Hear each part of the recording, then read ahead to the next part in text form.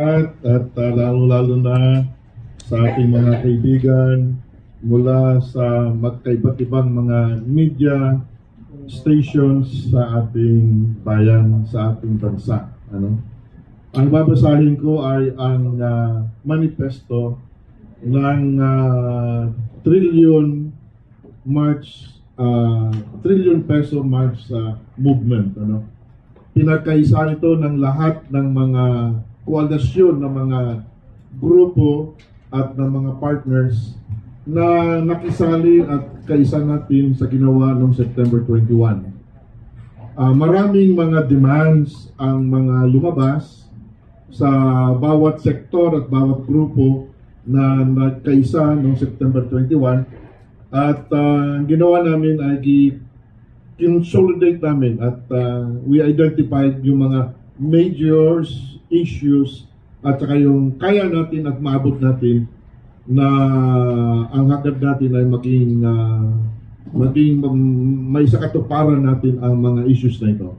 So babasahin ko ang aming ginawang manifesto of the trillion peso March Up movement. Kami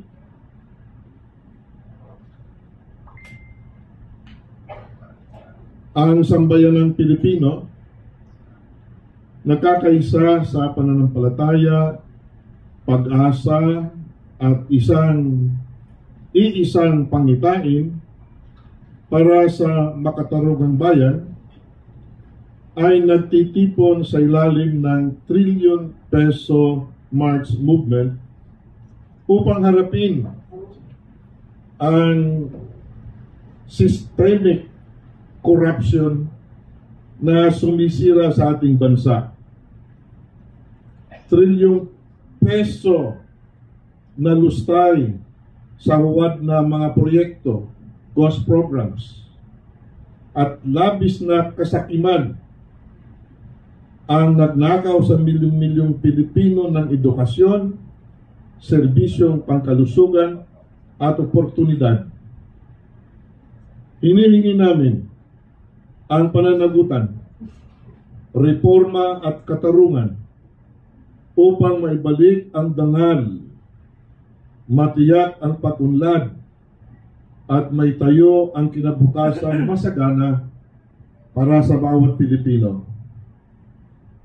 Itinatakda ng manifestong ito ang aming mga di matatawarang kahilingan, nakatuon sa lahat ng sangay ng pamahalaan, mga institusyon at ahensyang may tungkulin na pangalagaan ang tiwala ng taong bayan. Ang aming mga kahilingan, number 1, pabilisin ang pag-uusig ng mga kaso ng korupsyon. Dapat bigyan ng priority at pabilisin ng ating judiciary system ang investigasyon, pag-uusig, paglilitis at pagpaparusa sa mga mambabatas, opisyal ng gobyerno at mga kontraktor na mapapatunayang nagkasala ng korupsyon at pagdarambong. Dapat magtatag ng espesyal na task force upang marisolba ang mga high-profile cases sa loob ng 120 days, alinsunod sa Republic Act 7080, Plunder Law, at Republic Act 3019, Anti-Graft Law. Number 2, pagbawi at pagpapanumbalik ng ipinagbabawal na ari-arian, stolen na mga assets ng ating mga kontraktor at mga nasa pamahalaan. Ang mga ari-arian nakuha sa pamamagitan ng korupsyon ng mga opisyal, kontraktor at pribadong individual ay dapat agad i-frozen at kumpiskahin.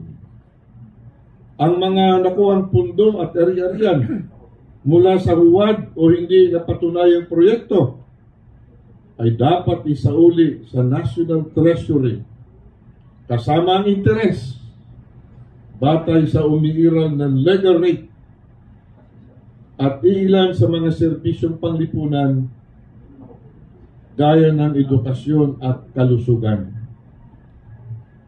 Mabuti siguro pundohan talaga ang edukasyon at ang kalusugan sapagkat yan ang ating kinabukasan.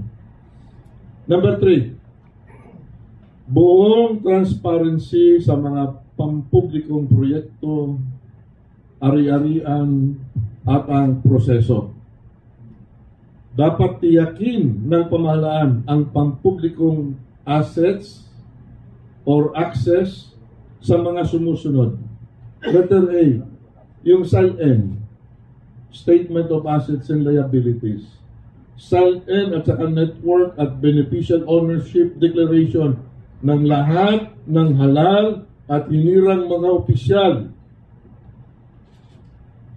Digitalize at ma-impose at ma-ipopose online sa loob ng 3 buwan. Letter B, detalyadong listahan ng mga proponent political at contractor ng lahat ng proyekto ng Department of Public Works and Highways na in-update kada quarter.